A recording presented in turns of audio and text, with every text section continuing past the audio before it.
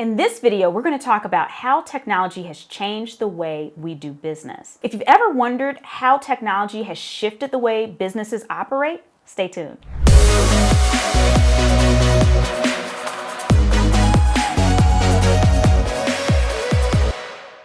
Have you ever wondered what the real purpose of technology is, other than empowering the Illuminati? I'm kidding, of course. We're going to uncover how technology shifts job opportunities, and we're even going to uncover the big fib that companies told us about technology in the workplace and how they're using that misconception right now against most workers. Stay tuned for more.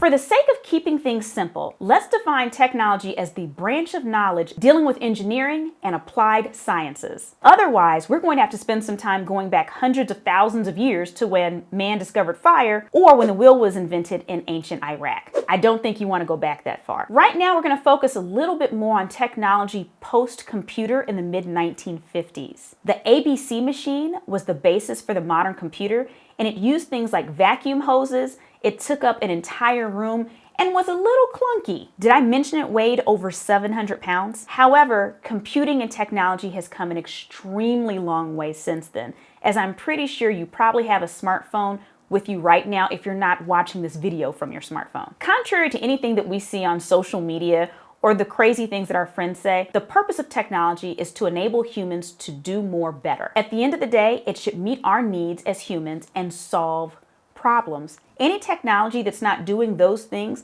is not likely to be adopted for the long term.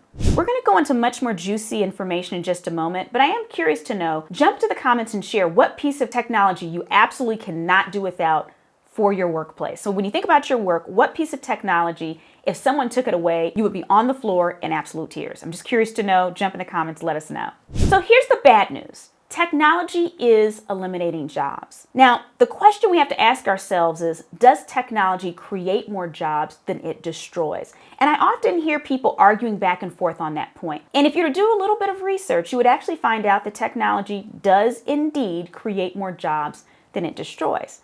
The challenge is that the jobs that it creates are often not appropriate for the people who lose their jobs because of that technology. I like to give the example of a coworker, and I'm someone who believes all honest work is honorable, right? A coworker who's laid off due to technology is not likely to become a data scientist. Technology eliminating one type of job doesn't necessarily benefit the people whose jobs it eliminates. The other interesting thing about technology is that newer technology often erases the roles from prior technologies. For instance, when was the last time you saw a switchboard operator? Soon we're going to see grocery and fast food store cashiers, legal assistants, and even radiologists see their numbers dwindle because of newer and better technologies. One of the things that I like to look back on that really tickles me is that years ago, many years ago, well over a decade ago, I was hired by a technology firm to keynote their conference in Dusseldorf, Germany. And the whole conference was about BYOD.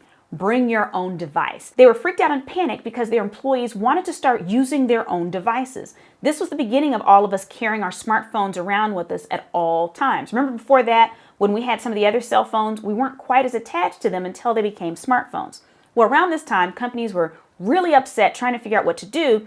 And it was so interesting having these conversations with the people at the conference because people were convinced that it was not possible for people to be able to work from home, to use their own devices, to mix those with their work devices as well. Well, fast forward to after COVID, and we've had people this whole time saying, hey, I want to be able to work from home 3 days a week, or I feel like I can work remote in this position.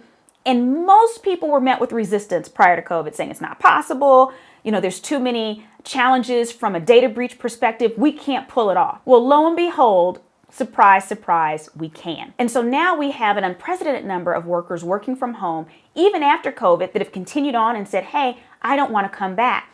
And so we found out that maybe these companies were fibbing, and it wasn't an intentional lie. I don't think a lot of the leaders really wanted to look at the possibility of people being able to work from home. But here's where things get interesting. Right before the pandemic, there were quite a few organizations that were already looking at automation. We can think back to how we started seeing those McDonald's machines to replace cashiers or the cashierless checkout at grocery stores. And some people adopted it and were happy to see it. But there was a lot of uprise too. We heard a lot of people saying it's going to lay off people. We didn't want that type of technology. We have to think about humans.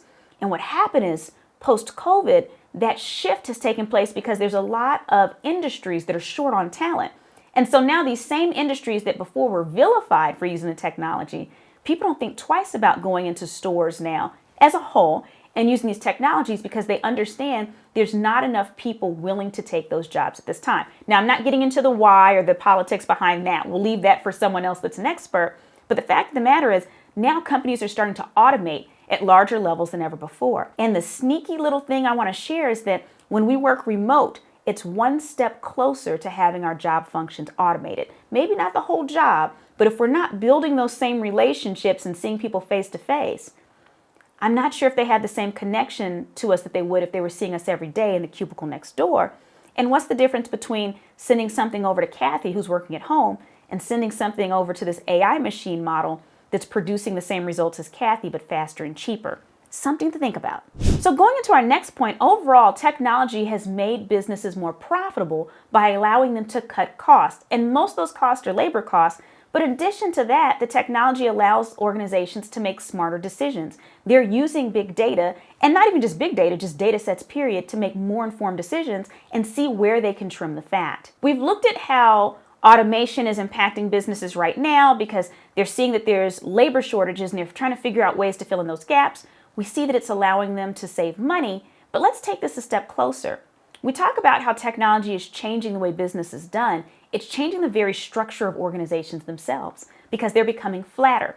What they found was that they had these select group of people that were managers and middle managers within organizations, and oftentimes some of the best ideas, the best innovations came from line people that had to be filtered through these middle managers. Oftentimes they weren't pulling those ideas through, and so the information was just lost on companies. Well, now that we live in a time where change is so rapid and innovation is such a valuable resource within any organization, we're finding that organizations want to empower their team members to be able to get ideas to the top very fast. And so we're starting to see this flattening of organizations. Also, AI can function as a pretty decent middle manager as it sometimes helps us communicate better than actual humans, getting information through. You think about project management software, some of it actually has an AI component. Some of the software is actually doing the job that humans used to do by hand in managing projects. So I would say that while technology has helped companies grow faster, it's helped them be more efficient. It's also helped some employees in terms of their quality of life as well, because some employees who do have vital functions are finding that they can produce great results from home. Some of them are actually more effective and efficient from home. And so technology has and will continue to change the face of business. The next phase may be even more job eliminations, or for those of us that are a little bit more optimistic, maybe not eliminating as many jobs, but maybe automating much of our job functions so that maybe 50% of what we do now is automated, but that other 50% requires that human touch and that human interaction. But you know what? We don't want to sit back and wait for the future to land on us and figure out where technology is leading these companies. We want to make sure that we're having our own futures in our own hands. And so I have a special gift for you. If you look in the description of this video right now, you'll see there's a link to download my Future Ready Playbook. It has lots of juicy exercises that will get you started on thinking about and planning your desired future.